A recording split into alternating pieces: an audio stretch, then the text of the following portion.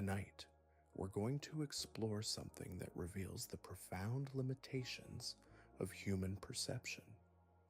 The Milky Way Galaxy stretches 100,000 light years from edge to edge. You've heard numbers like this before. You might even think you understand what they mean. But here's what most people don't realize. When you truly attempt to grasp the scale of our own galaxy, something strange happens to your sense of size itself. The numbers don't just get bigger. They stop meaning what numbers are supposed to mean. Let me show you why this matters. Right now, you're sitting on a planet that orbits a star that sits in a galaxy so vast that if you could somehow travel at the speed of light, it would take you 100,000 years just to cross from one side to the other. And that's our home galaxy, the one we live inside, the one that contains everything humans have ever seen with the naked eye. But here's where it gets interesting. The Milky Way isn't even particularly large as galaxies go. It's roughly average. There are galaxies that would make our home look like a small neighborhood, and all of these galaxies, including ours, float in an observable universe so enormous that the Milky Way becomes essentially invisible when viewed from the largest scales we can measure. What we're going to discover tonight is that scale doesn't work the way you think it does. At a certain point, things don't just get bigger. They transcend the very concept of size that our minds are equipped to handle.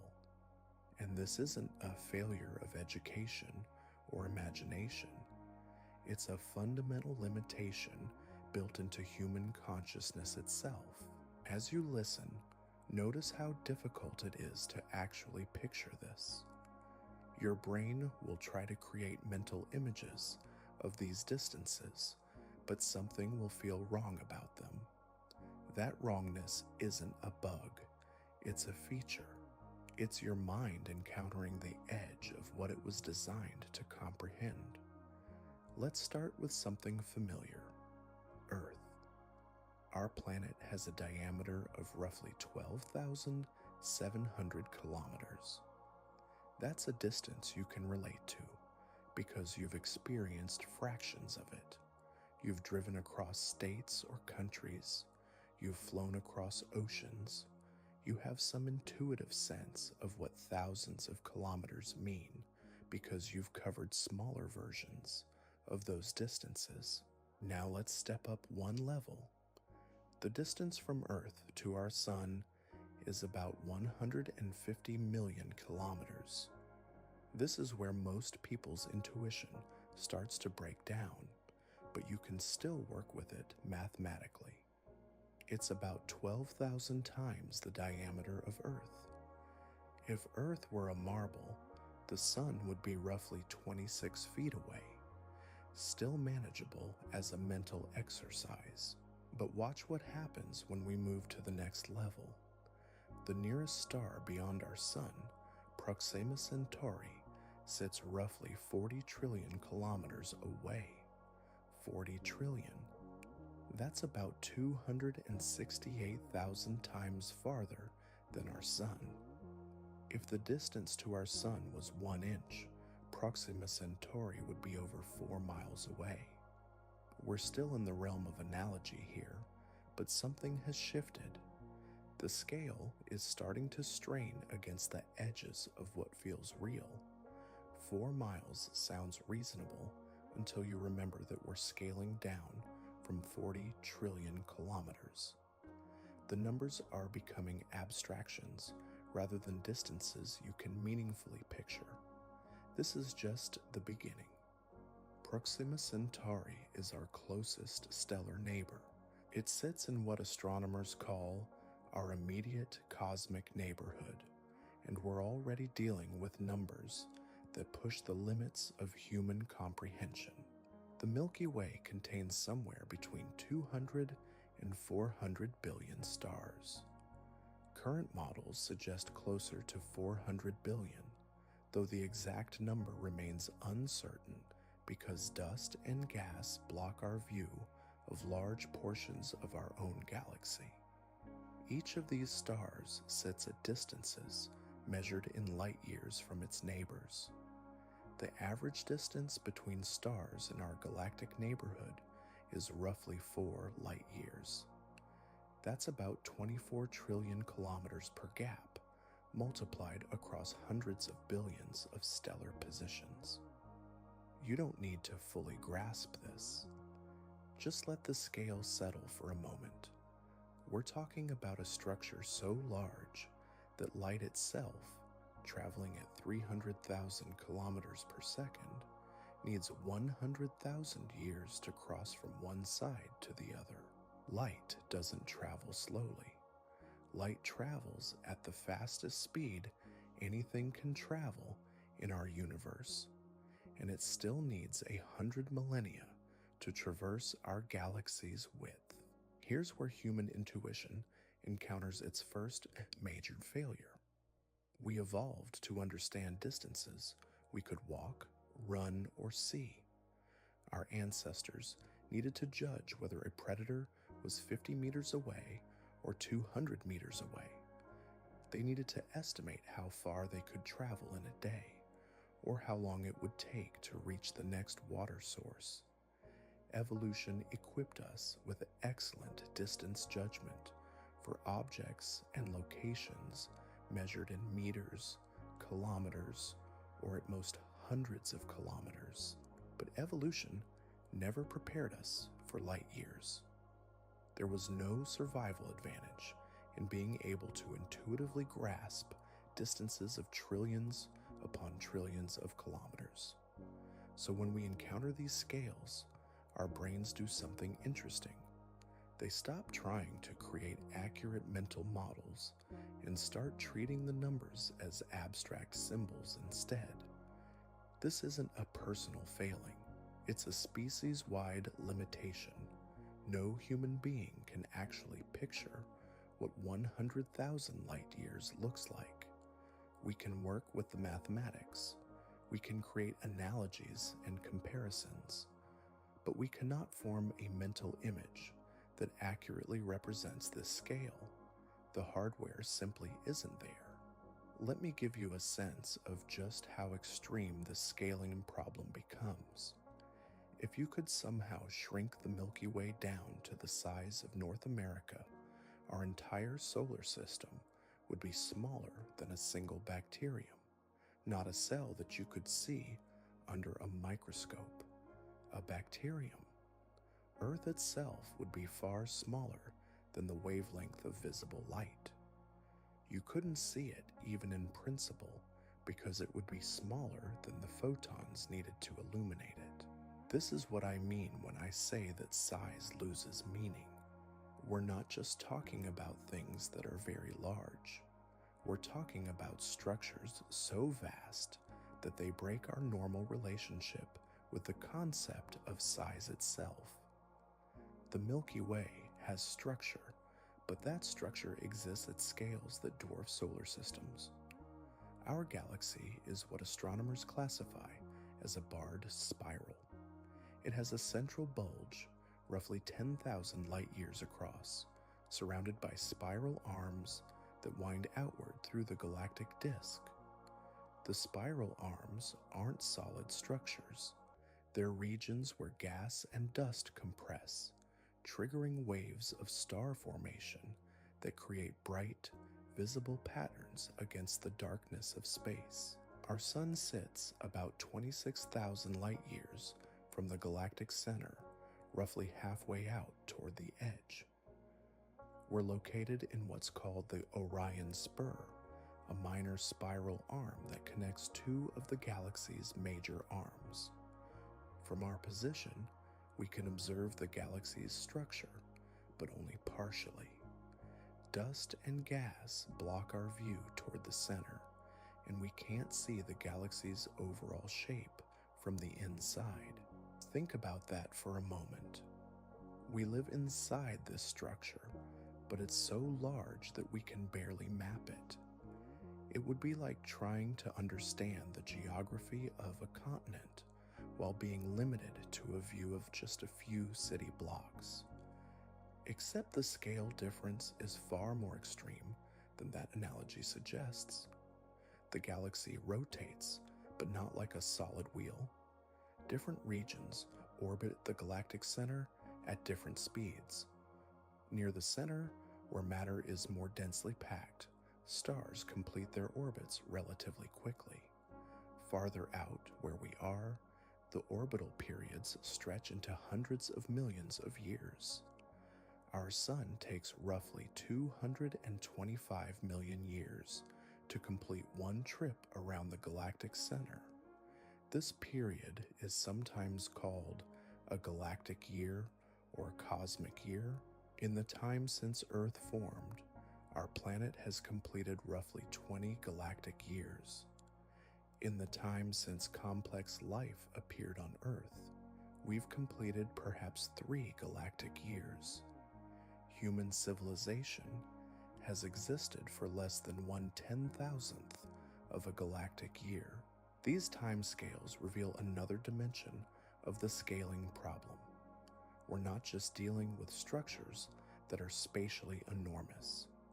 We're dealing with processes that unfold over temporal scales that make human history look like a brief moment. The galaxy doesn't just dwarf us in size, it dwarfs us in time. Current models suggest the Milky Way formed roughly 14 billion years ago, shortly after the universe itself began. The galaxy has been rotating, evolving, and changing for nearly the entire history of time as we understand it. Stars have been born, lived their lives, and died. Heavy elements have been forged in stellar cores and scattered into space. New generations of stars have formed from this enriched material. The iron in your blood, the calcium in your bones, the oxygen you breathe, all were created inside stars that lived and died billions of years before our sun existed. These atoms have been cycling through the galaxy for eons, occasionally condensing into planets, sometimes becoming part of living organisms, then returning to space when those worlds are destroyed or when those organisms die. You are made of galactic material.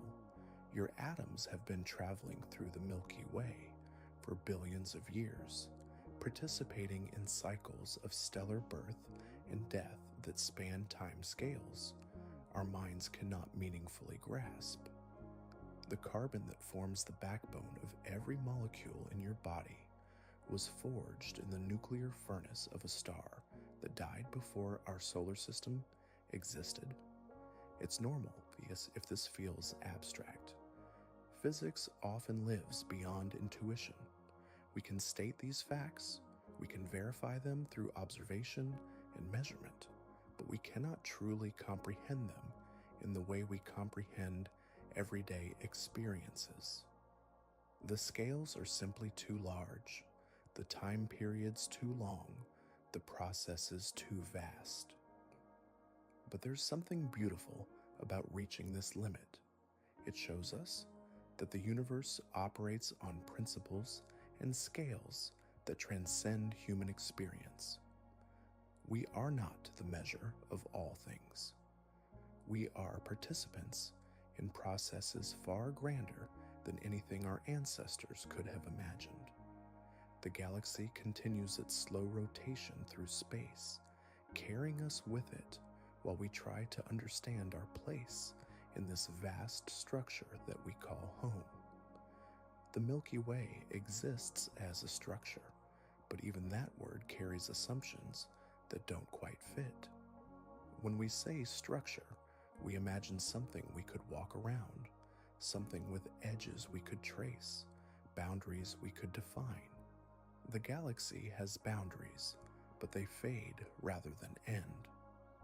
They dissolve into regions where stars become sparse, then sparser, until the distinction between our galaxy and empty space becomes a matter of definition rather than observation.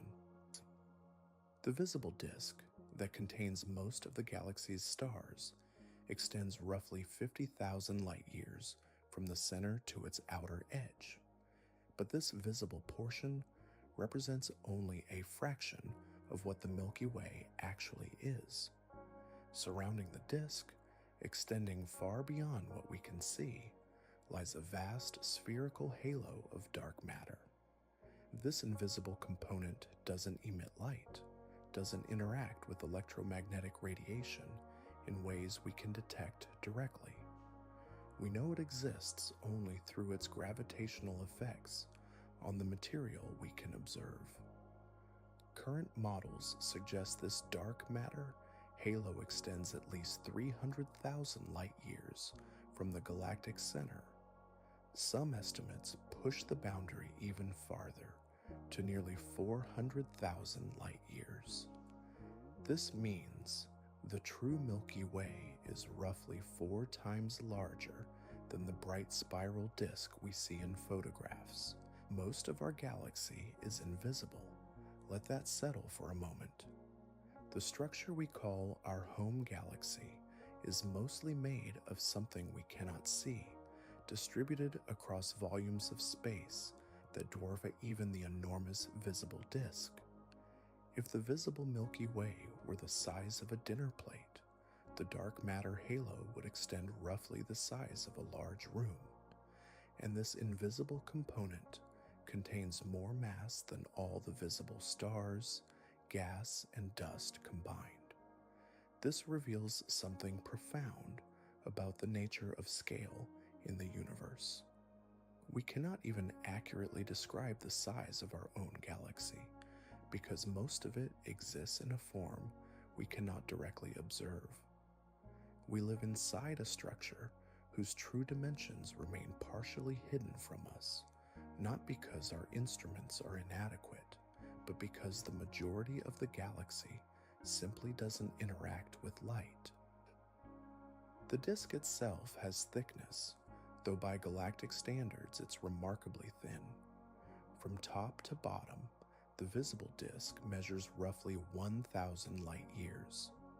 This creates a ratio of width to height of approximately 100 to 1. If you scaled the galaxy down to the thickness of a piece of paper, it would extend roughly the length of 2 football fields.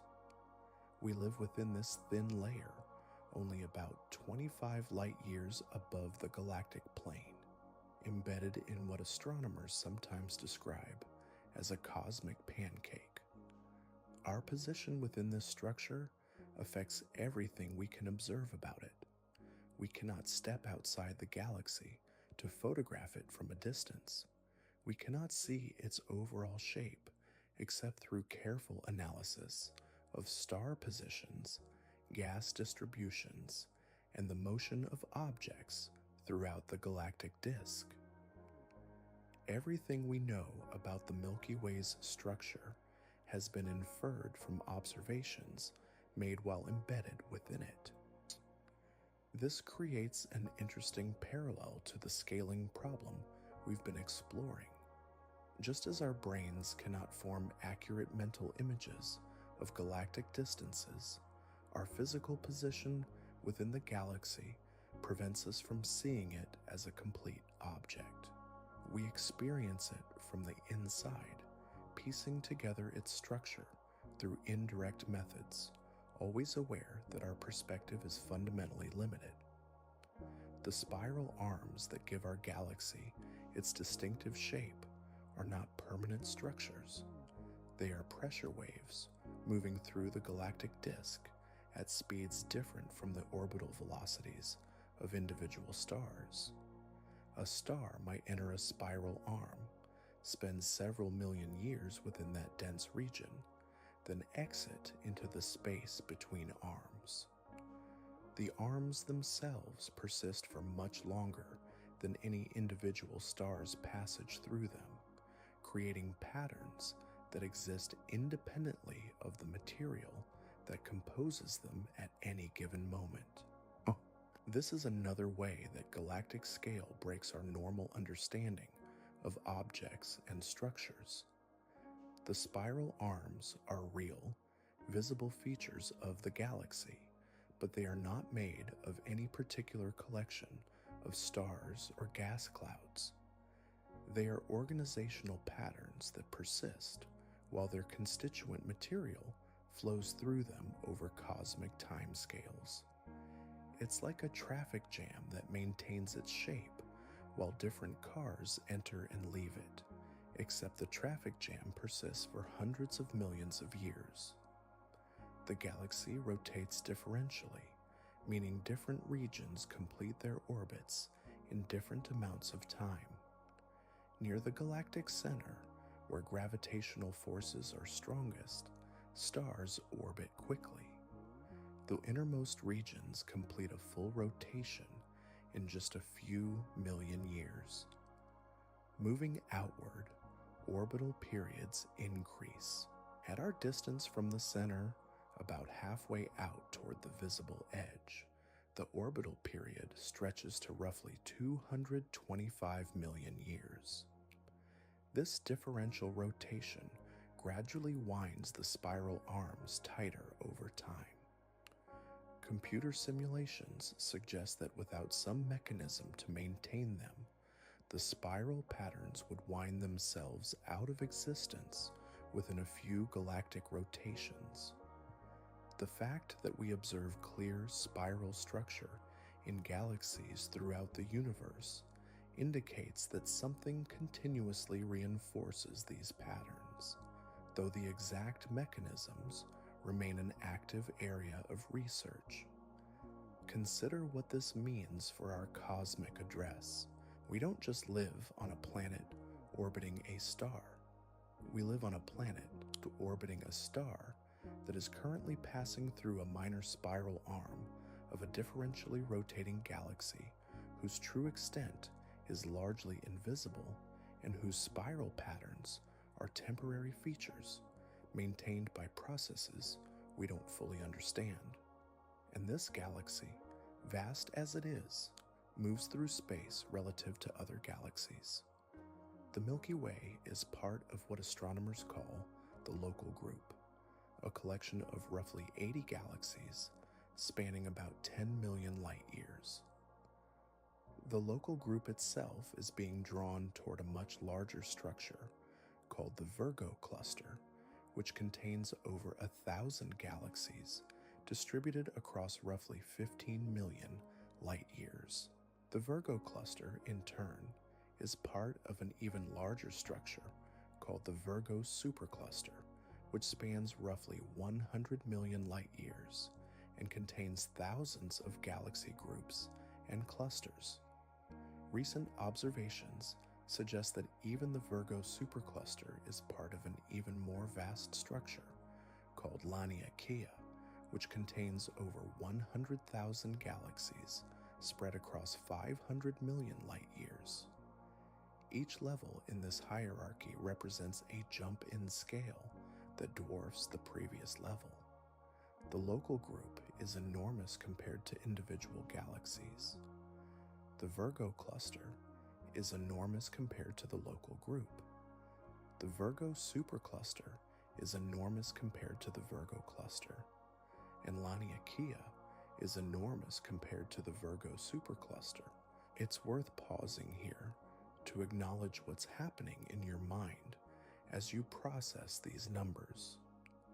Your brain has likely stopped trying to create mental images of these structures. Instead, it's processing the relationships between them abstractly, understanding that each level is much larger than the previous one without actually picturing what that means. This is exactly what should happen. These scales exceed the range of human spatial reasoning. We can work with them mathematically. We can understand their relationships logically, but we cannot visualize them accurately. The universe operates on scales that transcend the cognitive tools evolution provided us for navigating our immediate environment. The motion of our galaxy through these larger structures adds yet another layer to our cosmic address. The Milky Way is falling toward the center of the local group, which is falling toward the Virgo cluster, which is part of larger flows of matter toward the gravitational center of Laniakea. We are participants in a cosmic dance of structures moving through space at velocities measured in hundreds of kilometers per second. These motions occur over time scales that make human civilization look momentary. The Milky Way's journey toward the center of Laniakea will take billions of years. The eventual collision between our galaxy and the Andromeda Galaxy, currently approaching us at about 110 kilometers per second, won't occur for roughly 4.5 billion years. These are processes unfolding at speeds that seem fast when measured in kilometers per second, but that require geological timescales to produce observable changes. From our perspective on Earth, the galaxy appears static. The star patterns our ancestors observed are essentially the same ones we see today. The motion of individual stars across the sky is so slow that it requires careful measurement over decades to detect. But this apparent stillness masks constant motion at every scale, from the orbital dance of stars around the galactic center to the galaxy's own motion through the larger cosmic web. Understanding our place in this hierarchy reveals something profound about the nature of scale in the universe. We exist within nested structures, each vastly larger than the one that contains us. Earth sits within the solar system, which sits within the Orion Spur, which sits within the Milky Way, which sits within the local group, which sits within the Virgo cluster, which sits within the Virgo supercluster, which sits within Laniakea, which sits within structures so large that we have only recently begun to map them. At each level, the scale increase is not just quantitative, but qualitative. The jump from planetary to stellar scales requires abandoning intuitive concepts of distance. The jump from stellar to galactic scales requires abandoning intuitive concepts of size. The jump from galactic to cosmic scales requires abandoning intuitive concepts of structure itself. This is why astronomers speak of the cosmic web, a term that acknowledges how matter organizes itself at the largest observable scales. Galaxies are not randomly distributed through space. They cluster along filaments of dark matter, creating a foam-like structure with dense regions separated by enormous voids.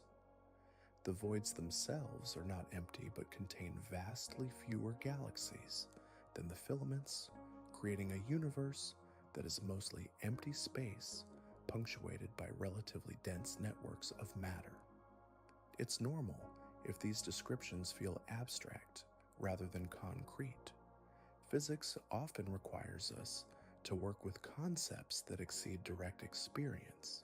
The cosmic web represents the largest observable structures in the universe, and within this web, our galaxy occupies a position so ordinary that it's almost disappointing. We're not at the center of anything special. We're not in a particularly dense or sparse region. We exist in what appears to be a typical location within a typical galaxy, within a typical part of the cosmic web. This ordinariness is itself remarkable. It suggests that the processes that led to our existence, the formation of stars and planets, and the emergence of life are not unique cosmic accidents, but natural consequences of physical laws operating at galactic scales. Yet even this ordinariness contains something that challenges our understanding of what we mean when we talk about size. The Milky Way operates according to physical laws, but those laws produce effects that our minds struggle to process as real experiences rather than abstract concepts. Consider the density of matter within our galaxy. If you could somehow gather all the stars, gas, and dust in the Milky Way and distribute it evenly throughout the galaxy's volume, each cubic meter of space would contain roughly one proton, one single proton per cubic meter. The rest would be emptiness. This means that our galaxy, the structure we think of as substantial, as full of stars and worlds and cosmic activity, is almost entirely empty space. The ratio of matter to emptiness is so extreme that calling the galaxy sparse doesn't capture it. It's more accurate to say that the galaxy is a collection of isolated points of matter separated by distances so vast that most of the structure is simply nothing at all. Your intuition rebels against this. When you look up at the Milky Way on a clear night, you see what appears to be a dense band of light stretching across the sky. The impression is of abundance, of cosmic fullness. But what you're seeing is an illusion created by perspective and distance. You're looking through the thin disk of the galaxy from the inside, so the sparse collection of stars appears concentrated into a bright stream only because you're seeing millions of distant points of light compressed into a narrow band across your field of view. If you could somehow step outside the galaxy and observe it from a distance, the illusion would disappear. You would see what it really is: a thin collection of widely separated points of light floating in an ocean of darkness. Beautiful, perhaps, but undeniably sparse on scales that dwarf the spaces between individual stars. This sparseness extends beyond just the empty space between objects. Time itself operates differently at galactic scales. Events that seem rapid from a human perspective unfold with glacial slowness when viewed from the galaxy's reference frame.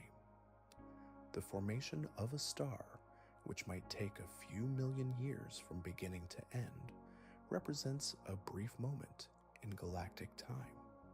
The entire history of life on Earth spans only a small fraction of one galactic rotation. Collisions between galaxies, when they occur, don't happen in the catastrophic sense that the word collision usually implies. When the Milky Way eventually merges with the Andromeda Galaxy, the process will unfold over several billion years. Individual stars will rarely collide because the spaces between them are so vast. Instead, the galaxies will pass through each other, their gravitational fields gradually reshaping both structures until they settle into a new configuration. From a human perspective, this collision will be imperceptible. Generations of civilizations could rise and fall during the merger without noticing any change in the night sky. The process operates on time scales that make human history look like a brief flicker. Even if our species survives for millions of years, the galactic collision will still be unfolding slowly around us, too gradual to perceive directly. This reveals something fundamental about how scale affects the nature of events themselves. At human scales, collisions are sudden, violent interactions. At galactic scales, collisions become slow redistributions of matter that unfold over cosmic time. The word collision carries assumptions about speed and impact that simply don't apply when the objects involved are separated by millions of light years and take hundreds of millions of years to approach each other. Physics doesn't change at different scales, but the way physical processes manifest can become unrecognizable. Gravity works the same way, whether it's holding you to Earth's surface or guiding galaxies through their cosmic dance. But the effects of gravity at galactic scales produce phenomena that bear little resemblance to falling objects or planetary orbits. The dark matter that dominates our galaxy's mass represents another way that scale transforms familiar concepts into something alien. Dark matter particles, if they exist as discrete objects, likely pass through your body by the billions every second, but they interact so weakly with ordinary matter that you never notice them. They don't collide with the atoms in your cells or deposit energy in your tissues. They simply pass through as if you weren't there. From the dark matter's perspective, ordinary matter like stars and planets and people might be essentially transparent. The universe that dark matter experiences could be fundamentally different from the universe we observe. If dark matter particles could somehow develop consciousness, they might be unaware that ordinary matter exists at all. They would inhabit a cosmos of pure gravitational fields, sensing only the large-scale structure that their own collective mass creates. This suggests that our understanding of what the galaxy contains might be fundamentally limited by the type of matter we're made of. We observe the universe through electromagnetic radiation, light, and radio waves and X-rays, all of which interact primarily with ordinary matter. But if most of the galaxy consists of something that doesn't interact electromagnetically, then most of the galaxy remains invisible to us.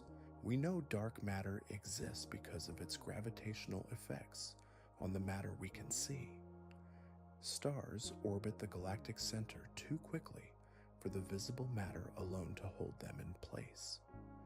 Galaxy clusters move in ways that require more mass than we can account for through direct observation. The large-scale structure of the universe shows patterns that could only form if most matter is dark. But knowing that dark matter exists is different from understanding what it is or how it behaves on scales smaller than galaxies. Current models suggest it might be composed of particles that interact only through gravity and possibly the weak nuclear force. These particles might have their own complex physics, their own structures and interactions, entirely separate from the electromagnetic phenomena that define our experience of matter. If this is true, then the galaxy contains not just one universe, but two: the ordinary matter universe of stars and planets and electromagnetic radiation, and the dark matter universe of gravitational structures and non-electromagnetic interactions. These two universes overlap in space, but barely interact except through gravity. We live in the electromagnetic universe, aware of the gravitational universe only through its large-scale effects. This is speculation, but it illustrates how galactic scale challenges even our basic concepts of what exists and what can be known. The galaxy might contain forms of complexity that are simply invisible to us, not because our instruments are inadequate, but because those forms of complexity operate through physical interactions that ordinary matter doesn't participate in. As you listen to this, your mind is probably trying to picture what the galaxy looks like with all this dark matter included. But that's exactly the kind of visualization that breaks down at these scales. Dark matter doesn't emit light. It doesn't have a visual appearance in any conventional sense. Asking what it looks like is similar to asking what silence sounds like or what emptiness feels like when you touch it. The galaxy exists, but it exists largely in forms that exceed our capacity for direct experience. We can measure its effects, map its distribution, model its behavior, but we cannot see it or touch it or interact with it except through the gravitational influence it exerts on the small fraction of the galaxy that we can observe directly. This brings us back to the fundamental challenge that galactic scale poses to human understanding. We evolved to navigate a world where seeing meant knowing, where touching meant understanding, where direct experience provided reliable information about the nature of things. But the galaxy operates in regimes where most of what exists cannot be seen or touched or experienced directly. The visible stars represent perhaps 15% of the galaxy's total mass. The rest exists in forms that we can detect only through their gravitational signatures. This means that when we talk about understanding our galaxy, we're really talking about understanding something that is mostly hidden from us. We live inside a structure whose fundamental nature remains largely mysterious. The galaxy rotates around a center that we cannot see because dust blocks our view in that direction. It contains matter that we cannot detect except through its gravitational effects.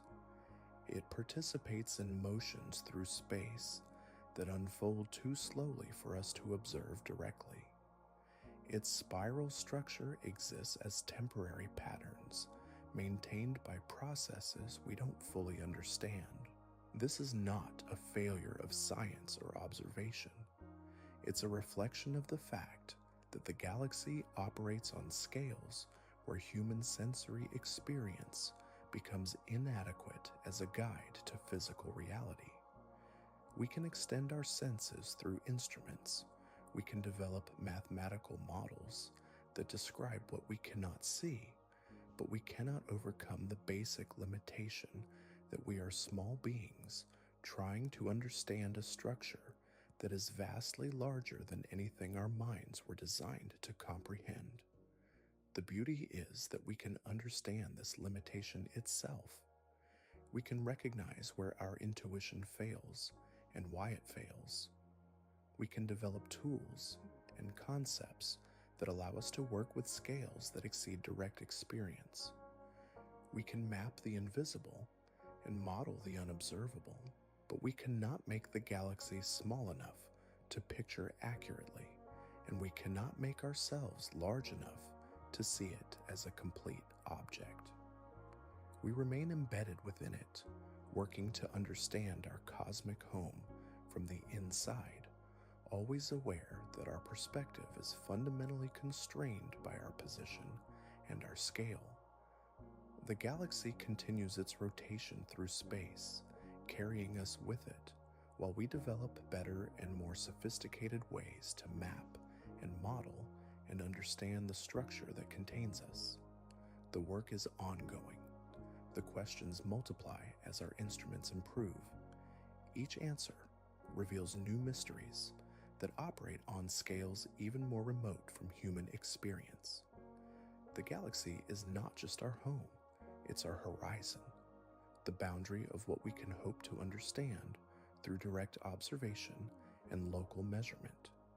Beyond the galaxy lie other galaxies, galaxy clusters, superclusters, the cosmic web itself, structures so large that even the Milky Way becomes a point of light, lost among billions of others. But that's a story for another time. For now, it's enough to recognize that we live within something vast and mostly hidden, something that challenges our basic concepts of size and structure and existence itself. The galaxy surrounds us, supports us, carries us through space, and reminds us daily that the universe operates on scales that exceed the reach of human intuition. We are participants in processes we cannot fully visualize, residents of a structure we cannot completely map, citizens of a cosmic community whose true memberships remains largely invisible to us. And somehow, despite these limitations, or perhaps because of them, we continue to learn. The galaxy keeps its secrets, but it reveals them slowly, one careful observation at a time.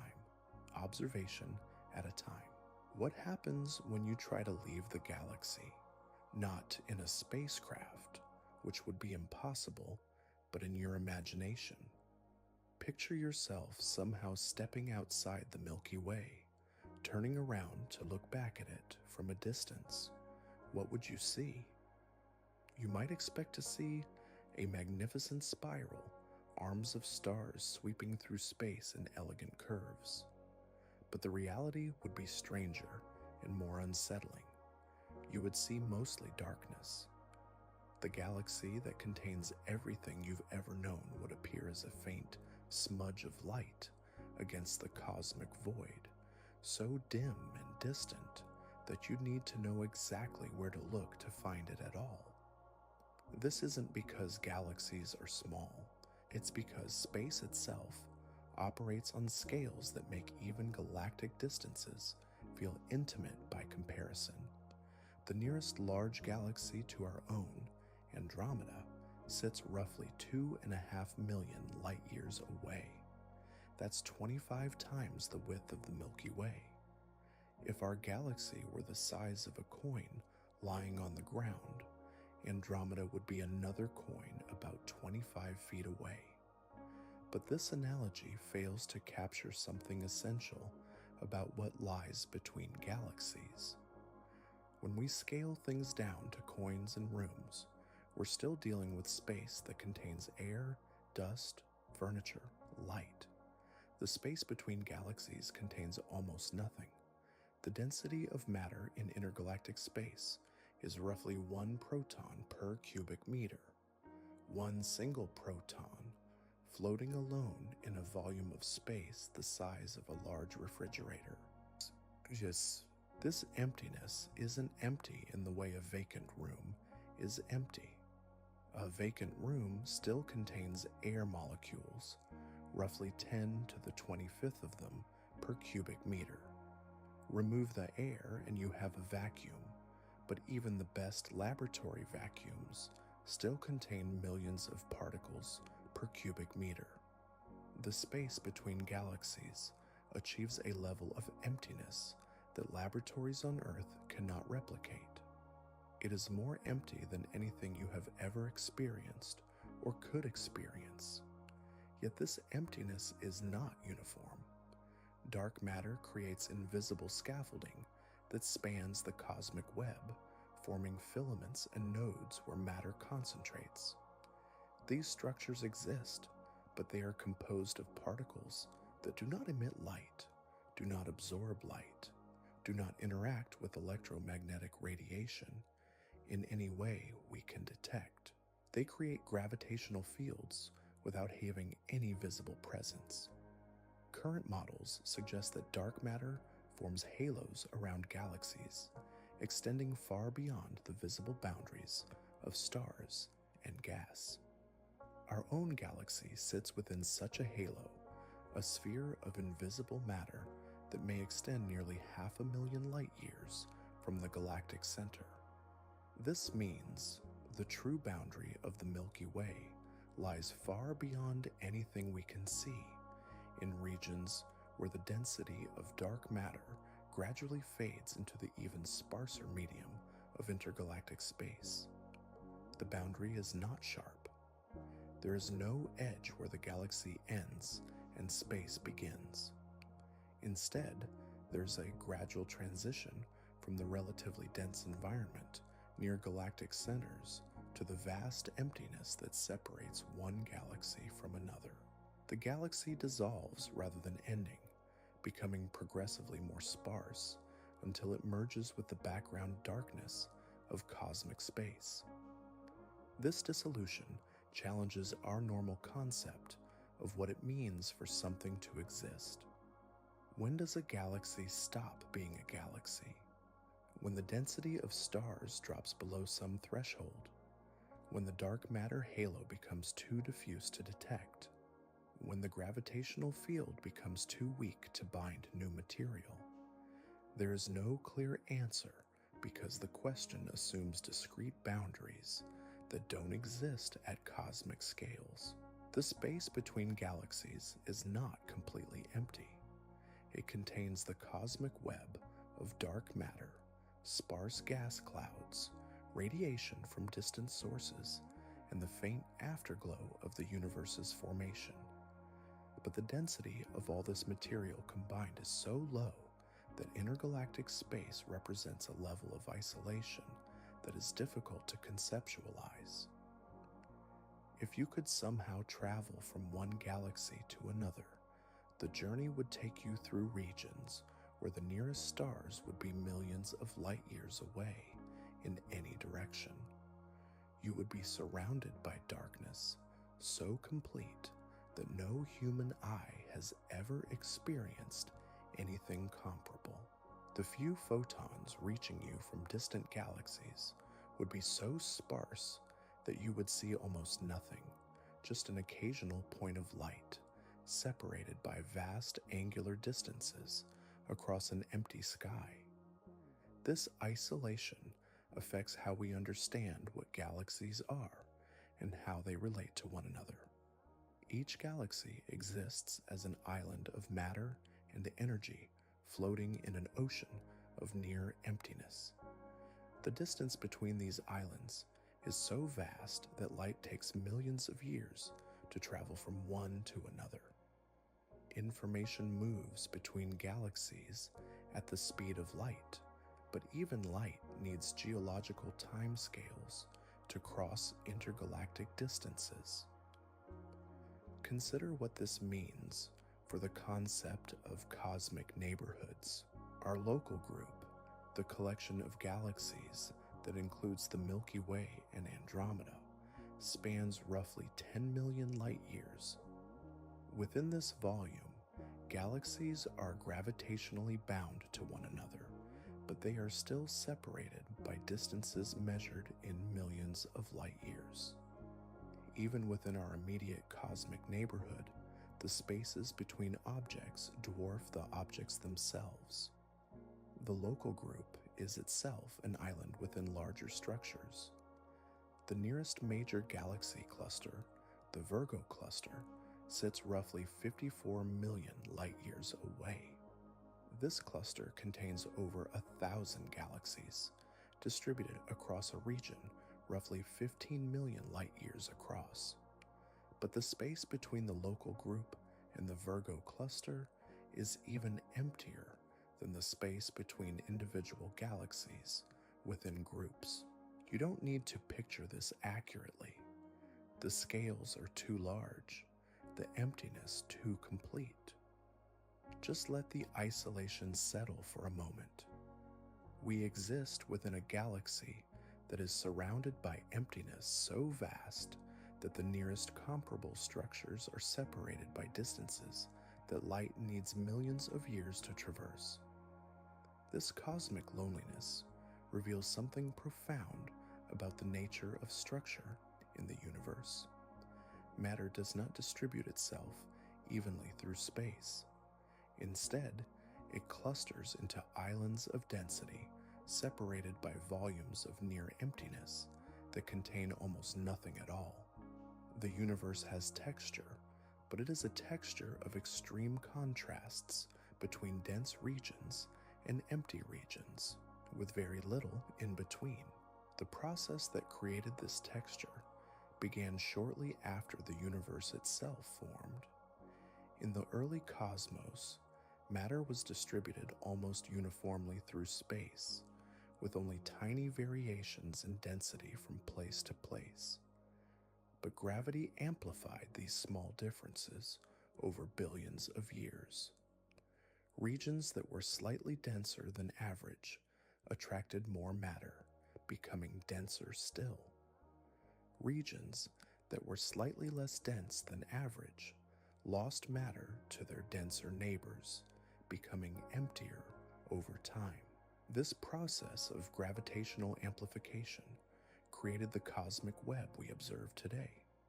Matter flows along dark matter filaments toward nodes where galaxy clusters form, leaving behind vast voids that contain very little material. The voids themselves are not completely empty, but they are so sparse that a traveler crossing one might encounter only a handful of galaxies across distances of hundreds of millions of light years. The largest known void, the Bootes Void, spans roughly 300 million light years across. Within this volume, which could contain thousands of galaxies if matter were distributed evenly, astronomers have found fewer than 60 galaxies total. Most of the void contains nothing but dark matter, sparse gas, and the radiation that fills all of space. If you could somehow find yourself in the center of such a void, the nearest galaxy might be 100 million light years away in any direction. The universe would appear almost completely dark, with only the faintest points of light scattered across an empty sky. This is not science fiction speculation, but a description of regions that actually exist in our universe, volumes of space so empty that they challenge our understanding of what emptiness means. The cosmic web creates patterns on scales so large that even galaxy clusters become points within larger structures. Superclusters, which contain hundreds or thousands of galaxy groups, stretch across hundreds of millions of light years. These superclusters are themselves arranged into even larger patterns, filaments, and walls that span significant fractions of the observable universe. At the largest scales we can observe, the universe reveals a foam-like structure. Dense filaments of matter surround vast, empty bubbles, creating patterns that look remarkably similar to the structure of soap foam or the internal architecture of certain biological tissues. But the scales involved defy any meaningful comparison to familiar objects. The bubbles in this cosmic foam are hundreds of millions of light years across. The universe exhibits structure at every scale we can observe, from planets to star systems to galaxies to galaxy clusters to superclusters to the cosmic web itself. But at each scale, the structures become more sparse, more separated by emptiness, more isolated from one another. The pattern repeats with increasing emptiness as the scale increases. This hierarchy of isolation affects how information moves through the universe. Light can travel between planets within a solar system in hours or days. Light traveling between stars within a galaxy requires years or centuries. Light traveling between galaxies requires millions of years. Light traveling between galaxy clusters requires tens of millions of years. Light traveling between superclusters requires hundreds of millions of years. These travel times represent more than just distances. They represent the time scales on which different parts of the universe can influence one another. Events occurring in distant galaxies cannot affect us until their light has had time to reach us. We observe the universe not as it is, but as it was at various times in the past, with more distant objects appearing as they were farther in the past. This creates a strange relationship between space and time at cosmic scales. When we observe distant galaxies, we are seeing them as they appeared billions of years ago. The light carrying information about their current state will not reach us for billions more years. In effect, different parts of the universe are separated not just by space, but by time. We cannot know what is happening now in distant galaxies because the information about now has not yet had time to travel to us. The observable universe extends roughly 46 billion light years in any direction, but this boundary is not a wall or edge. It is simply the distance that light has been able to travel since the universe began. Beyond this boundary, the universe almost certainly continues, but we cannot observe it because light from those regions has not yet had time to reach us. If the universe is infinite, as some models suggest, then the observable universe represents an infinitesimally small fraction of what exists. Our galaxy would be one among an infinite number of galaxies, separated by an infinite expanse of space. Even if the universe is finite but much larger than what we can observe, our galaxy remains a tiny island in an ocean of emptiness that extends far beyond anything we can see or study directly. The expansion of the universe adds another layer to this isolation. Space itself is stretching, carrying distant galaxies away from us at increasing velocities. Galaxies beyond a certain distance are moving away so quickly that their light will never reach us, even if we wait forever.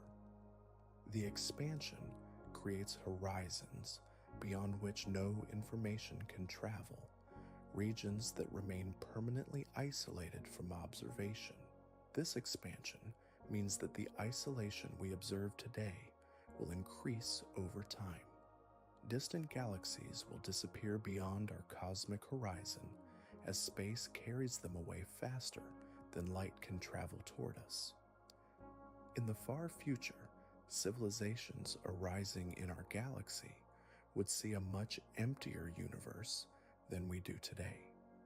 They would be observationally cut off from most of the cosmic web that we can study now. The ultimate fate of our own galaxy depends on this expansion. If current models are correct, the Milky Way will eventually merge with Andromeda and a few other nearby galaxies to form a single large elliptical galaxy. This merged galaxy will contain most of the mass currently in the local group, but it will become increasingly isolated as expansion carries more distant structures beyond the reach of observation.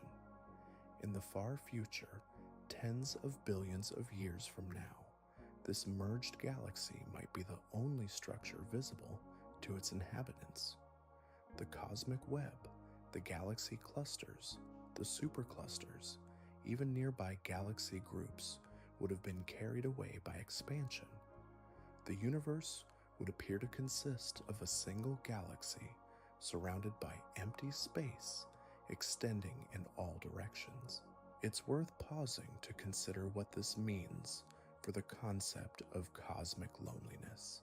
We exist during an epoch when the universe is rich with observable structure. We can see galaxies, galaxy clusters, the cosmic web itself. But this richness is temporary. The universe is becoming more empty over time as expansion separates structures that are not gravitationally bound to one another. We are witnessing the universe at a time when it contains the maximum amount of observable structure it will ever contain. Future civilizations will see a progressively emptier cosmos. Past civilizations, if they existed when the universe was younger and denser, would have seen a cosmos that was more crowded, but also more chaotic, with structure still forming and evolving rapidly. This temporal perspective adds another dimension to the scaling problem we've been exploring. Not only are cosmic structures separated by vast distances, but the universe itself is evolving in ways that change the nature of cosmic scale over time. The distances and densities and isolation we observe today are not permanent features, but temporary conditions in an evolving cosmos. The dark energy that drives cosmic expansion remains one of the deepest mysteries in physics. We know it exists because we can measure its effects on the expansion rate, but we do not understand what it is or why it has the properties it appears to have. Current observations suggest that dark energy makes up roughly 68% of the universe's total energy content, more than dark matter and ordinary matter combined. If dark energy continues to drive accelerating expansion, the cosmic isolation we observe will increase without limit. Structures that are not gravitationally bound will be carried apart by distances that grow exponentially over time. The universe will become progressively emptier and more isolated, with fewer and fewer observable structures remaining within any given galaxy's cosmic horizon. Alternative models propose different fates. Perhaps dark energy will weaken over time, allowing gravity to slow and eventually reverse cosmic expansion. Perhaps the universe will collapse back on itself in a reversal of the Big Bang. Perhaps dark energy will strengthen, eventually overcoming even the gravitational forces that hold galaxies and solar systems together, tearing apart all structure in what cosmologists call the Big Rip. Current observations cannot distinguish between these possibilities with certainty. The universe's ultimate fate remains an open question, dependent on the nature of dark energy and the precise values of cosmic parameters we have not yet measured accurately enough to resolve the ambiguity. But regardless of the universe's ultimate fate, the current epoch reveals a cosmos organized around profound isolation. Galaxies exist as islands separated by distances so vast that even light requires millions of years to travel between them. The space between these islands is emptier than anything we can create or experience directly, filled primarily with dark matter and radiation that we cannot see. Our galaxy participates in this cosmic isolation while simultaneously creating its own internal distances that challenge human comprehension. We exist within a structure that is itself an island, floating in an ocean of emptiness that extends to other islands so distant that their light carries information from epochs when the universe was fundamentally different than it is today. The galaxy provides our cosmic context, but that context is one of profound separation from anything comparable to itself. We are residents of an island that knows of other islands only through ancient light, inhabitants of a structure surrounded by emptiness, so complete that it redefines what emptiness means. This isolation is not a problem to be solved, but a feature of how the universe organizes matter and energy across the largest observable scales. The cosmic web creates structure through separation, density through emptiness, connection through vast distances that stretch the very concept of what connection means. As you process this, notice how the scale affects your sense of place in the cosmos. The galaxy that seemed impossibly large when we began now appears as a small island in an ocean of space that extends beyond anything we can observe or imagine. The structure that contains everything familiar to us becomes a tiny refuge floating in an immensity that dwarfs even galactic dimensions. The universe is not crowded. It is not filled with matter and activity and structure at every scale. Instead, it is profoundly empty, with rare concentrations of matter separated by distances that exceed the reach of any possible experience. We exist within one of these rare concentrations, a galaxy that represents an extraordinary accumulation of matter and energy floating in a cosmos that is mostly nothing at all. This emptiness is not a void waiting to be filled, but the natural state of space at cosmic scales. Matter clusters into islands because that is how gravity works over cosmic time.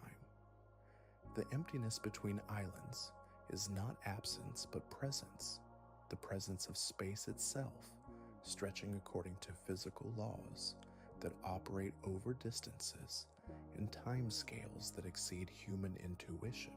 The cosmic web reveals the universe as a place where structure emerges from emptiness and isolation, where connection requires crossing distances so vast that information takes geological time to travel from one structure to another.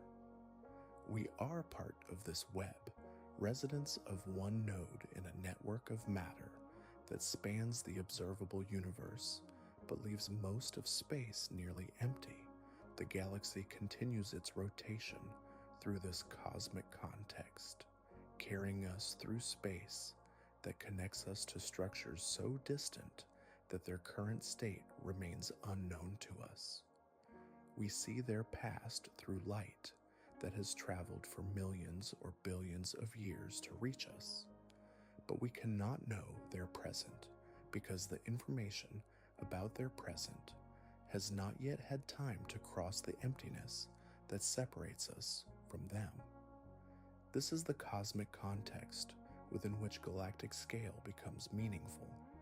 The galaxy is large beyond human comprehension, but it exists within a universe where even galactic scales become small compared to the distances between similar structures. We are embedded within nested hierarchies of isolation, each level larger and more empty than the one that contains us. The work of understanding continues as our instruments improve and our models become more sophisticated. Each observation reveals new aspects of cosmic structure and new depths of cosmic emptiness. The universe appears to be far stranger and more isolated than previous generations imagined, filled with dark matter and dark energy that we cannot observe directly, organized into patterns that span distances we can barely measure. Yet we continue to map this cosmic web from our position within it, using light and gravity and mathematical models to trace the structure of something far too large for us to see as a complete object. We remain embedded observers, studying our cosmic environment from the inside, always limited by our scale and our position within the very structure we are trying to understand. The galaxy keeps its secrets, but it reveals them gradually through careful observation and patient analysis. The cosmic web that contains our galaxy reveals its secrets even more slowly, requiring observations of thousands of galaxies to trace the filaments and voids that organize matter on the largest scales. Each measurement adds detail to our maps of cosmic structure, but the maps remain incomplete, sketches of an architecture too vast for any single perspective to encompass completely. We are cartographers of the infinite, residents of one small island, trying to map an ocean whose boundaries we cannot see, whose depths we cannot fathom, whose true extent may exceed our capacity for measurement or understanding. The work continues because the questions matter, because understanding our place in this cosmic web helps us understand what we are and where we came from, and what it means to exist within something so much larger than ourselves. The universe stretches away from us in all directions, filled with structure we cannot see directly, organized by forces we cannot experience personally, operating according to principles that challenge our most basic intuitions about space and in time and matter. We study it with instruments that extend our senses and mathematical tools that extend our reasoning, always aware that we are small beings trying to comprehend something whose true scale may exceed our capacity for comprehension. The galaxy rotates through this cosmic context, carrying us with it, while we continue to develop better and more sophisticated ways to map the structure that contains us and the larger structures that contain our galaxy. The questions multiply as our understanding deepens. Each answer reveals new mysteries that operate on scales even more remote from direct experience, but the work itself provides its own satisfaction. There is something remarkable about being able to study cosmic structure from our embedded position within it, something extraordinary about developing tools and concepts that allow us to map distances and trace patterns that exceed the reach of direct observation. We are the universe studying itself, matter organized into conscious forms that can contemplate the larger patterns of matter distribution across cosmic space and time. The emptiness that surrounds us is not empty of meaning. It is the stage on which cosmic drama unfolds, the medium through which information travels, the space that allows structure to exist by providing something for structure to be structured against. Without emptiness, there could be no islands. Without isolation, there could be no connection. Without vast distances, there could be no perspective from which to see pattern and organization emerging from apparent chaos. We exist within this cosmic web, not as isolated beings, but as participants in the largest structure we can observe. Our atoms came from stars. Our galaxy formed from the gravitational collapse of dark matter. Our local cosmic environment reflects the operation of physical laws across billions of years of cosmic evolution. We are part of the story we are trying to tell, embedded characters in a narrative whose scope exceeds our capacity to read it completely. The galaxy continues its journey through space, carrying us toward whatever cosmic future awaits, while we continue our work of mapping and modeling and understanding the structure that is our home. The universe reveals itself slowly, one careful observation at a time, patient with our limitations, generous with clues about its nature and organization. In the quiet moments between observations, when the instruments are recording data and the computers are processing measurements, there is time to contemplate what we have learned about our place in this cosmic web. We are residents of a galaxy that is one among trillions, inhabitants of a structure that floats in an ocean of space so vast that the word vast loses its meaning when applied to distances between comparable structures. The cosmic web stretches away in all directions, filled with patterns we are only beginning to trace, organized by processes we are only beginning to understand. We study it from within, embedded observers trying to map the territory that contains us, always aware that our perspective is limited by our position and our scale and our sensory capabilities. Yet somehow, despite these limitations, we continue to learn. The universe proves to be knowable, at least partially, at least from our embedded perspective within it. The work continues, the questions deepen, the maps become more detailed and more accurate. We are making progress in understanding our cosmic environment, even if that environment operates on scales that challenge our most fundamental intuitions about space and time and structure. The galaxy carries us through this cosmic context, while we work to understand both our immediate galactic environment and the larger web of structure that contains our galaxy.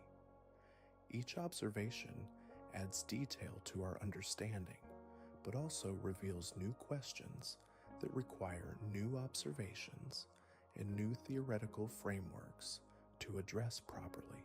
This is the nature of cosmic exploration from our embedded position within the universe we are studying. The work never ends because the universe is larger and more complex than any finite set of observations can capture completely. But each observation matters. Each measurement contributes to our growing understanding of how matter organizes itself across the largest observable scales. The emptiness that surrounds our galaxy is not empty of significance. It is the medium through which cosmic evolution unfolds, the stage on which the drama of structure formation plays out over billions of years. We are witnesses to this drama, embedded observers studying the universe during a brief epoch when complex structure exists and when conditions allow conscious beings to emerge and contemplate their cosmic context. The universe will continue evolving long after our species has disappeared, but for now, we have the opportunity to study it, to map its structure, to trace its history, to contemplate our place within the vast web of matter and energy that extends beyond the reach of direct observation. This opportunity is rare and precious, a brief window during which the universe can study itself through conscious beings embedded within its own structure. The galaxy rotates onward through cosmic space, carrying us with it, while we continue our work of observation and analysis and theoretical development. The cosmic web that contains our galaxy continues evolving according to physical laws that operate over time scales far longer than human history, but we can study that evolution and trace its patterns and understand something about how our cosmic environment came to be organized the way it is. There is beauty in this work, satisfaction in developing better and more accurate maps of cosmic structure, meaning in understanding our place within something so much larger than ourselves.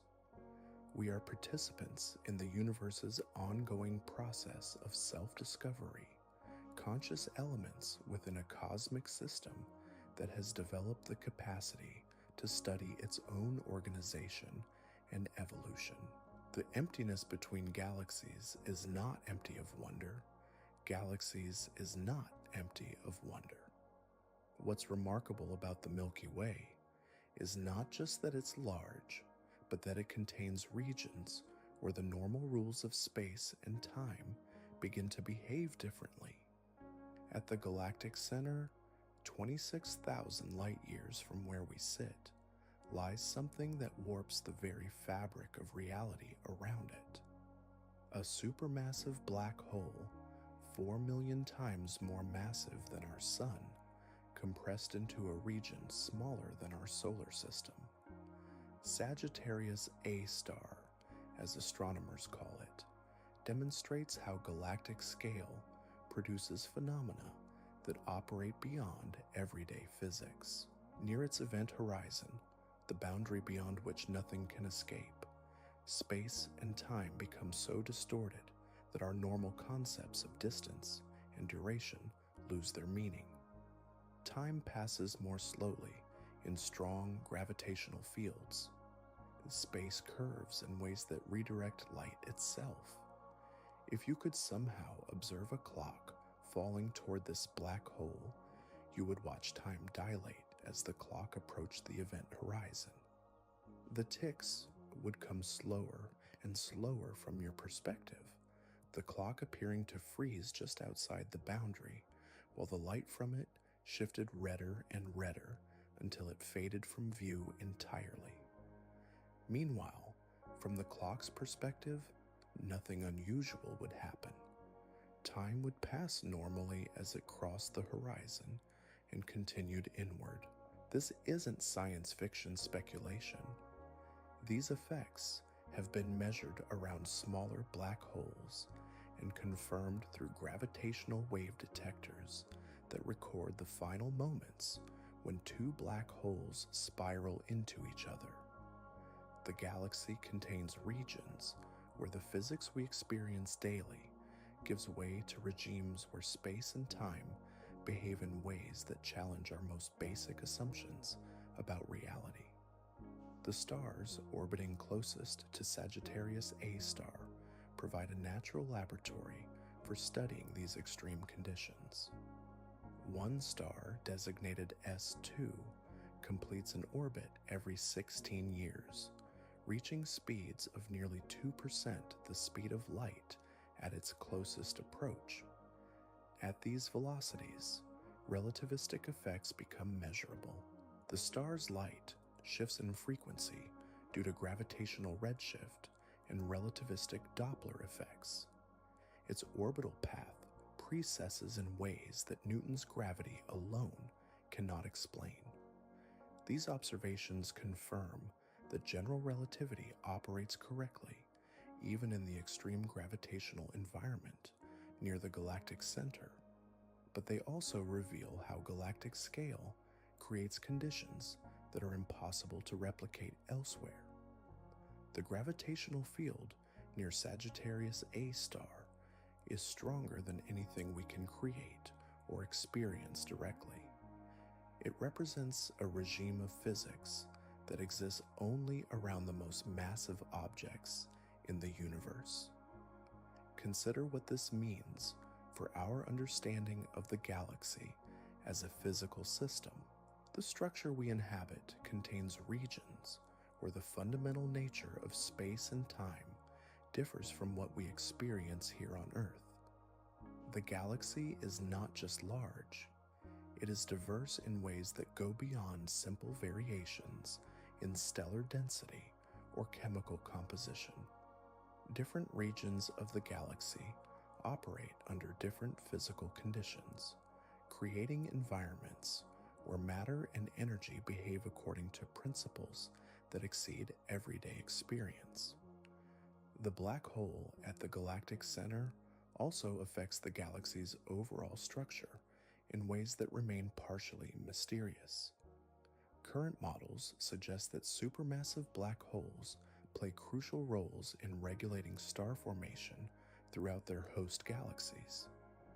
The energy released as matter falls into these black holes can drive powerful outflows that heat the surrounding gas and prevent it from collapsing into new stars. This creates a feedback loop between the black hole and the galaxy that contains it. The black hole grows by accreting material from the galaxy. As it grows, it affects the galaxy's ability to form new stars. The galaxy's evolution becomes coupled to the black hole's growth in ways that operate over cosmic time scales. The relationship between galaxies and their central black holes represents one of the most active areas of current astrophysical research. The galaxy also contains stellar remnants that create extreme physical conditions on smaller scales. Neutron stars, the collapsed cores of massive stars that died in supernova explosions, pack roughly 1.5 times the mass of our Sun into spheres only about 20 kilometers across. The density of matter in neutron stars exceeds anything found elsewhere in the universe. A teaspoon of neutron star material would weigh roughly 6 billion tons on Earth. The surface gravity is so intense that the escape velocity approaches a significant fraction of the speed of light. The magnetic fields around some neutron stars reach strengths trillions of times stronger than Earth's magnetic field. These objects exist at the intersection of nuclear physics general relativity, and electromagnetic theory, creating laboratories for extreme physics that cannot be replicated in any earthly experiment.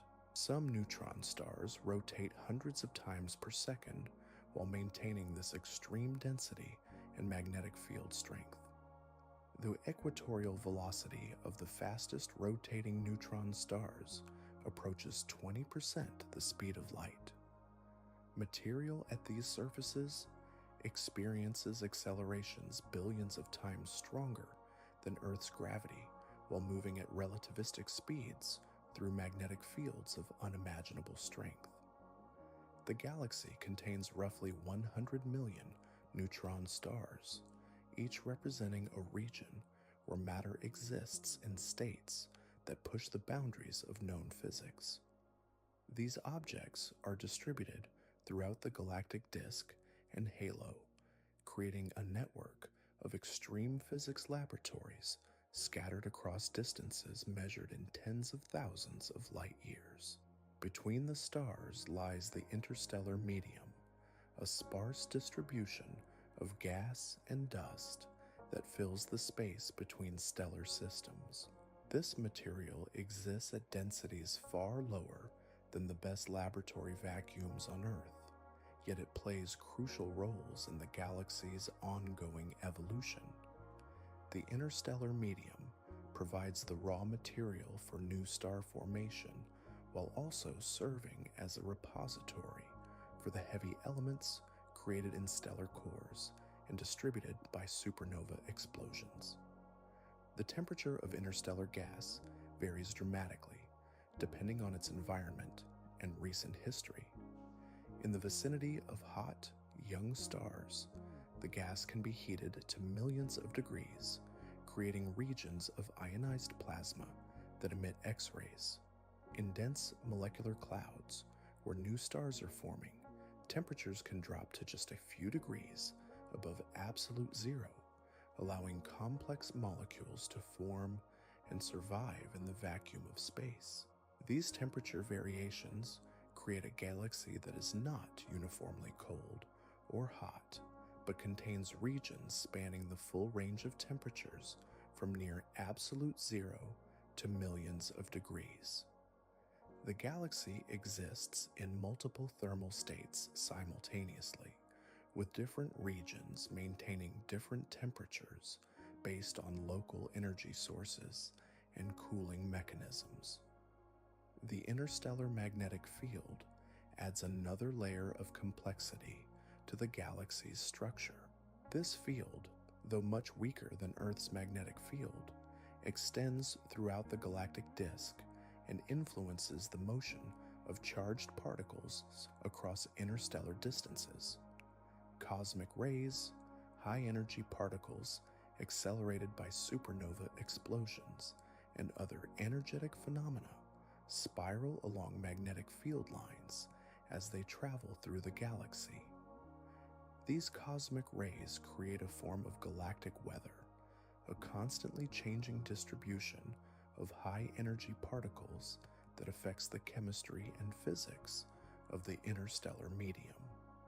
When cosmic rays collide with gas molecules, they trigger nuclear reactions that produce radioactive isotopes and influence the formation of complex molecules in interstellar space. The galaxy also generates its own radiation environment through the collective activity of all its stars and other energy sources. This background radiation, though much weaker than the radiation near individual stars, represents the cumulative output of hundreds of billions of stellar objects distributed across the galactic volume. Different regions of the galaxy experience different radiation environments depending on their proximity to active star-forming regions, supernova remnants, and other energetic phenomena. The galactic center, with its high stellar density and active supermassive black hole, maintains a radiation environment far more intense than the relatively quiet region where our solar system resides. Our location in the galaxy, roughly halfway between the center and the visible edge, places us in what astronomers sometimes call the galactic habitable zone. This is a region where the radiation environment is mild enough to allow complex chemistry, where heavy elements are abundant enough to form rocky planets, but where disruptive events like nearby supernovas are rare enough not to sterilize planetary surfaces regularly. The concept of a galactic habitable zone reveals how the galaxy's structure affects the possibility of life emerging and surviving over cosmic timescales. The inner regions of the galaxy, despite their abundance of heavy elements, may be too radiatively active and too frequently disrupted by energetic events to maintain stable planetary environments. The outer regions may lack sufficient heavy elements to form terrestrial planets, or may be too isolated from the energy sources that drive complex chemistry. This creates a picture of the galaxy as a complex ecosystem where different regions provide different environments for physical and chemical processes. The galaxy is not uniformly hospitable to complexity, but contains zones where conditions favor the formation and evolution of complex systems, including potentially biological systems. The seasonal variations we experience on Earth due to our planet's axial tilt and orbital eccentricity represent local effects that operate over timescales of months and years. But the galaxy itself experiences variations over much longer timescales as our solar system moves through different galactic environments during its 225 million year orbit. At different points in this orbit, our solar system passes through spiral arms, where star formation activity and supernova rates are higher, and through the quieter regions between arms, where the radiation environment is more benign. These galactic seasons operate over timescales of tens of millions of years, longer than most species survive, but short enough to affect the evolution of life over geological time. Current models suggest that our solar system has completed roughly 20 galactic orbits since Earth formed, experiencing approximately 80 passages through spiral arms and the associated variations in radiation environment and nearby star formation activity. Each passage represents a period of potentially increased cosmic ray flux, nearby supernova activity, and other energetic phenomena that could affect Earth's climate and biosphere. The galaxy's rotation also creates tidal effects on the Oort cloud, the distant collection of comets that surrounds our solar system at distances approaching 1 light year. As our solar system moves through the galaxy, variations in the galactic gravitational field can disturb the orbits of Oort cloud objects, occasionally sending comets into the inner solar system where they might impact planets. These galactic tides operate over time scales of millions of years, creating periods when comet impacts are more frequent and periods when they are less common. Some researchers have proposed that these variations might correlate with mass extinction events in Earth's fossil record, though the evidence for such correlations remains inconclusive. The galaxy thus affects our local environment through multiple mechanisms that operate over vastly different timescales, from the immediate effects of cosmic ray bombardment to the long-term variations in our galactic environment. As we orbit the galactic center, we exist within a system whose local properties change continuously due to our motion through the larger galactic structure. Understanding these galactic influences requires thinking about timescales that exceed human intuition. The variations in our galactic environment that might affect planetary climates or biological evolution unfold over millions or tens of millions of years. Individual organisms never experience these changes directly, but species and ecosystems evolve within environments that are shaped by our galaxy's structure and dynamics. The galaxy provides the context for all terrestrial evolution, but it is a context that operates on scales so large and over time, periods so long that its influences become apparent only through careful analysis of geological and biological records spanning millions of years. As you consider this, notice how the galaxy stops being just a structure that contains us and becomes an active environment that shapes the conditions for life and evolution on Earth.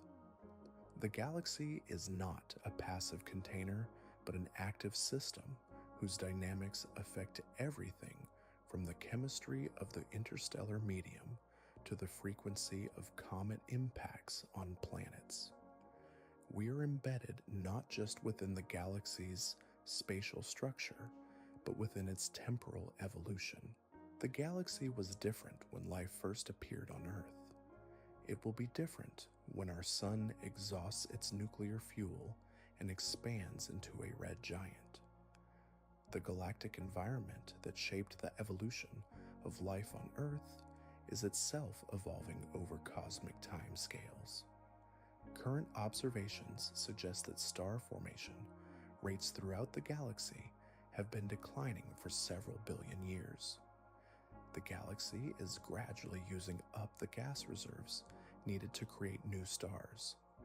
This means the galaxy's future will be dominated by longer-lived, lower-mass stars, while the bright, massive stars that drive much of the galaxy's current activity will become increasingly rare.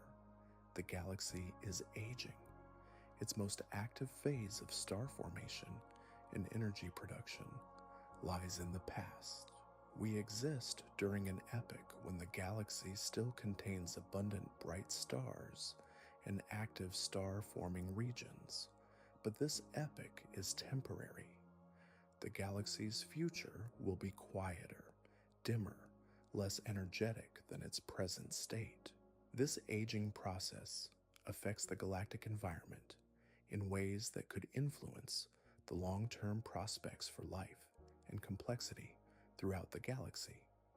As star formation rates decline, the production of heavy elements will slow. As massive stars become rarer, the frequency of supernova explosions will decrease. The galaxy's overall energy output will gradually diminish over timescales of hundreds of billions of years. The galaxy thus provides not just a spatial context, but a temporal context for understanding our place in the universe. We exist during a particular epoch in the galaxy's evolution, when conditions favor the existence of complex systems, but when the galaxy has already passed through its most active phase of growth and energy production. Future civilizations, if they arise billions of years from now, will inherit a galaxy that is fundamentally different from the one we observe today. They will see fewer bright stars, less active star formation, a quieter and more stable galactic environment. Their understanding of cosmic evolution will be shaped by living within a galaxy that has evolved far beyond its current state. The concept of galactic evolution reveals another dimension of the scaling problem we've been exploring. Not only does the galaxy operate on spatial scales that exceed human intuition, but it evolves over time scales that make human civilization appear as a brief moment in a much longer story. We observe the galaxy during a tiny fraction of its total lifetime, when it happens to contain the conditions that allow complex chemistry and potentially biological evolution. This moment is neither the beginning nor the end of the galaxy's story, but it is the moment when conscious observers happen to exist within the galactic structure. The galaxy's past and future extend far beyond anything we can observe directly. Its history includes epochs of rapid star formation, periods of intense activity around the central black hole, episodes of interaction and potentially collision with other galaxies. Its future will include the eventual merger with Andromeda, the gradual decline of star formation, the slow evolution toward a more stable but less energetic state.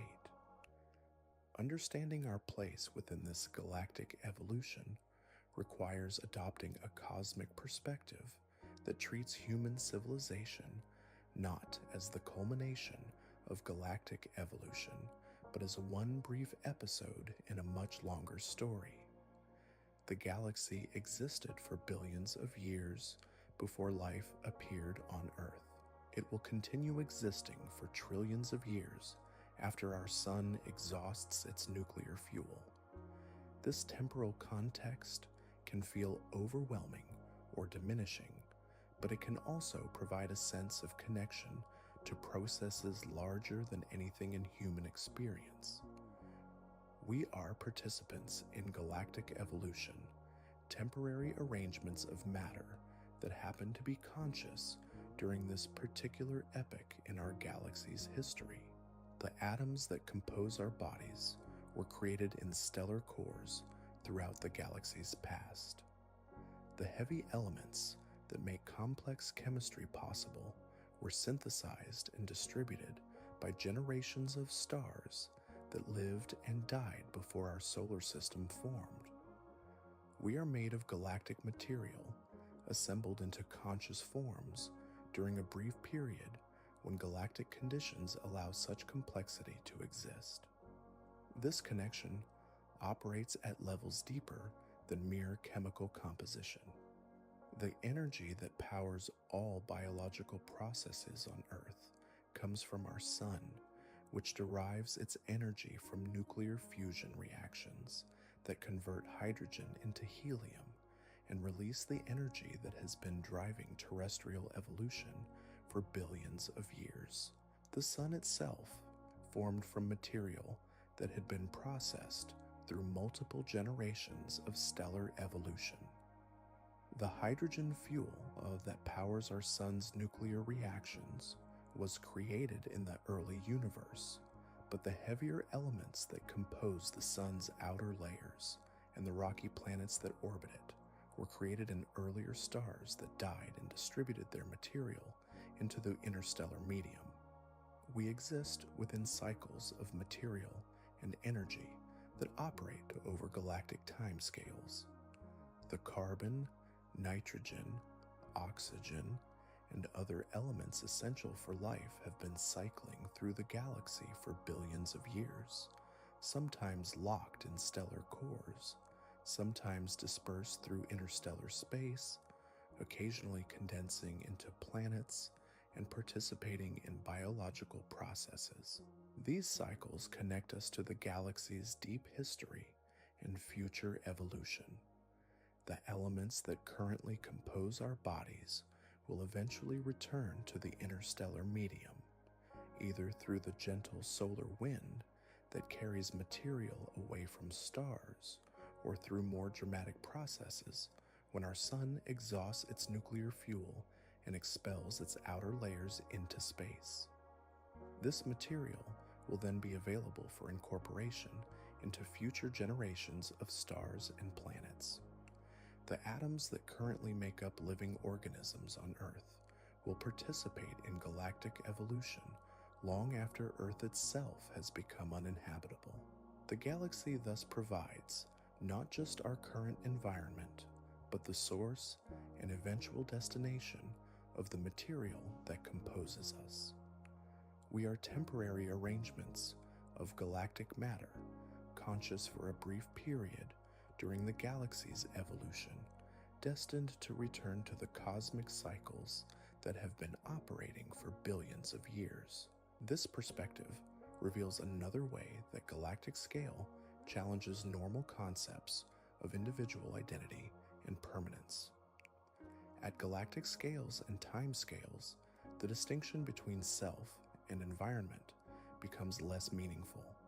We are part of the galaxy, composed of galactic material powered by galactic energy sources, embedded within galactic evolution. The galaxy is not something external that we observe from the outside.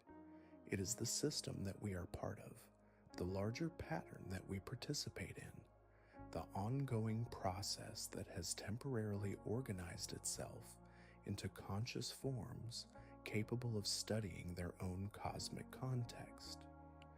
This participation is not metaphorical, but literal. The nuclear reactions in our sun that provide the energy for life on Earth are part of the galaxy's ongoing energy budget. The heavy elements that make complex chemistry possible are part of the galaxy's ongoing material cycles.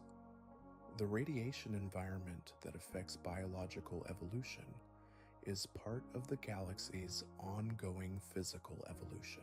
We are embedded within galactic processes at every level, from the immediate effects of solar energy and cosmic ray bombardment to the long-term cycles of stellar evolution and chemical enrichment that have shaped the conditions for life throughout the galaxy's history. Understanding this embedded relationship requires abandoning the perspective that treats humans as separate observers studying an external galaxy. Instead, we must recognize ourselves as participants in galactic evolution, conscious elements within a cosmic system that has developed the capacity to study its own structure and history. This shift in perspective affects how we interpret our observations of the galaxy and our place within it. We are not external observers mapping a distant structure, but embedded participants trying to understand the system that we are part of.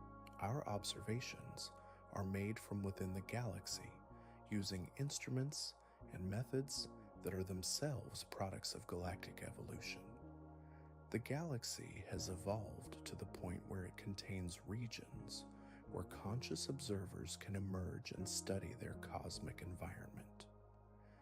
This emergence is not separate from galactic evolution, but part of it, a development that allows the galaxy to become aware of itself through the consciousness of the beings it contains. This self-awareness is distributed and partial.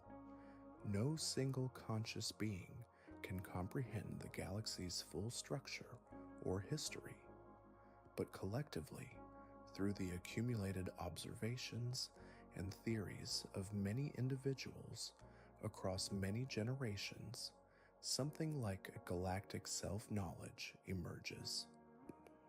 We are participants in the galaxy's ongoing process of self-discovery, contributing our observations and insights to a larger project of cosmic understanding that extends far beyond any individual perspective or lifetime.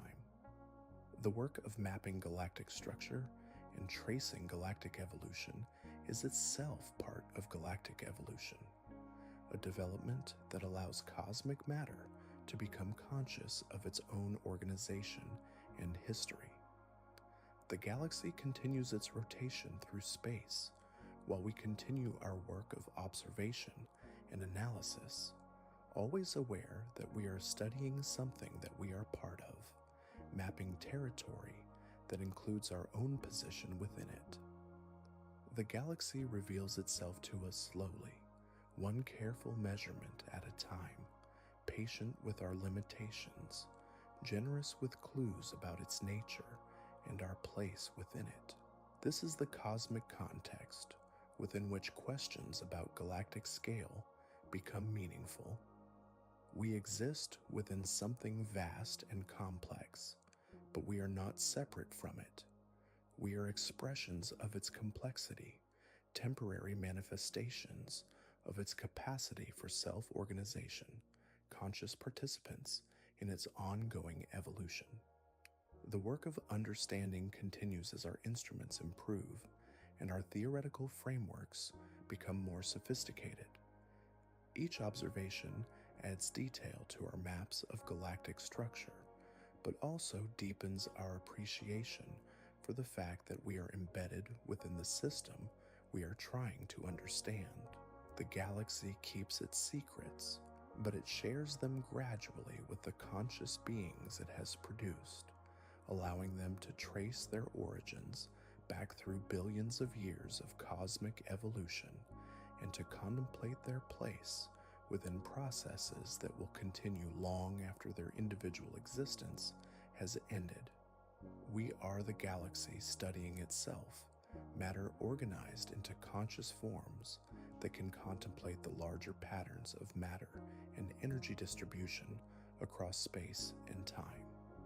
This contemplation is itself remarkable, a development in cosmic evolution that allows the universe to become aware of its own structure and history through the consciousness of the beings it contains.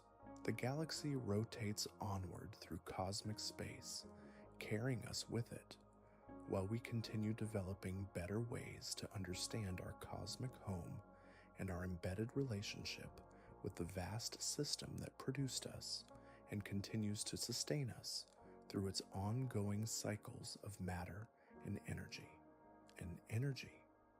In the end, what emerges from this journey through galactic scale is something unexpected. Not just that the Milky Way is large, but that largeness itself changes meaning when you push it far enough. The galaxy doesn't simply contain vast distances, it contains distances so extreme that they dissolve the very framework we use to think about space and separation. We began with numbers, 100,000 light years from edge to edge. But numbers, we discovered, are inadequate tools for this kind of understanding. They can describe, but they cannot convey. They can measure, but they cannot make real.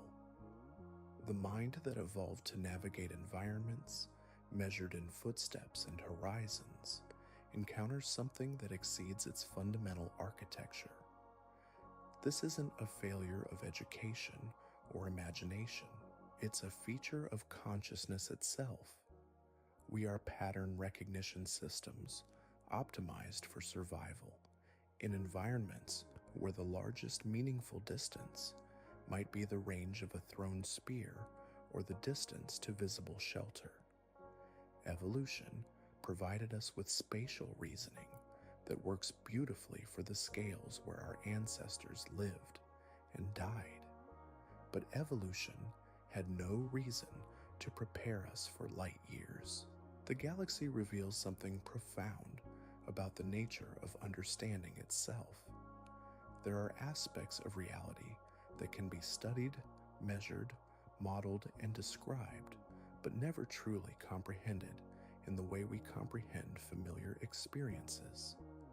The mathematics works, the observations confirm the theories, but the experiential understanding that we associate with truly knowing something remains forever out of reach. This limitation is not unique to galactic scale. Quantum mechanics operates in regimes where particle behavior defies classical intuition. Relativity describes effects that contradict everyday assumptions about time and space. Much of modern physics requires us to work with concepts that exceed the reach of direct comprehension, using mathematical tools to navigate territories where intuition fails. But galactic scale presents this challenge in its purest form. The distances are not exotic or quantum or relativistic. They are simply enormous. Light travels through normal space for normal time to cross them. Yet their enormity is sufficient to break our normal relationship with the concept of distance itself. What we carry forward from this exploration is not mastery, but perspective. The Milky Way has shown us something that numbers alone cannot teach, that the universe operates on principles that transcend the boundaries of human comprehension. We have encountered the edge of what it means to truly know something, the place where measurement succeeds, but understanding reaches its natural limits. The galaxy continues its ancient rotation, indifferent to our attempts to contain it within the frameworks of human thought. It carries us through space at velocities that dwarf anything in our experience, participating in cosmic processes that unfold over time scales that make civilizations appear as brief flickers. We are embedded within something so vast that even light, traveling for 100,000 years at the fastest speed possible, can barely span its width.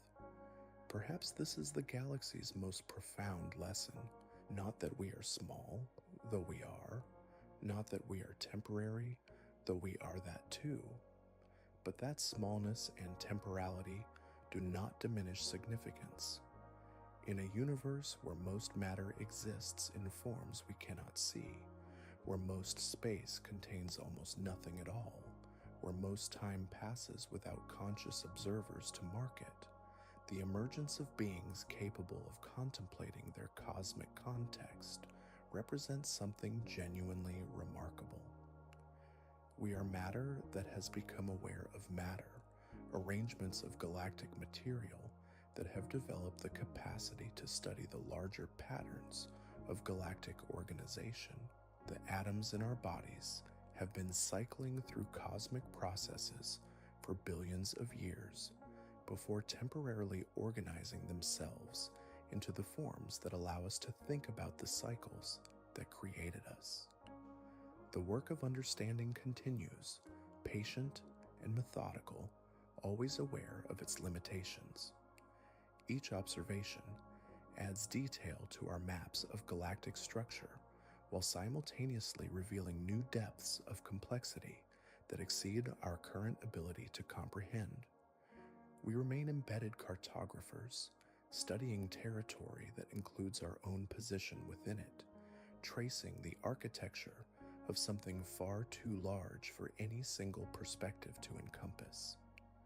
The galaxy keeps its secrets, but it shares them gradually with the conscious beings it has produced.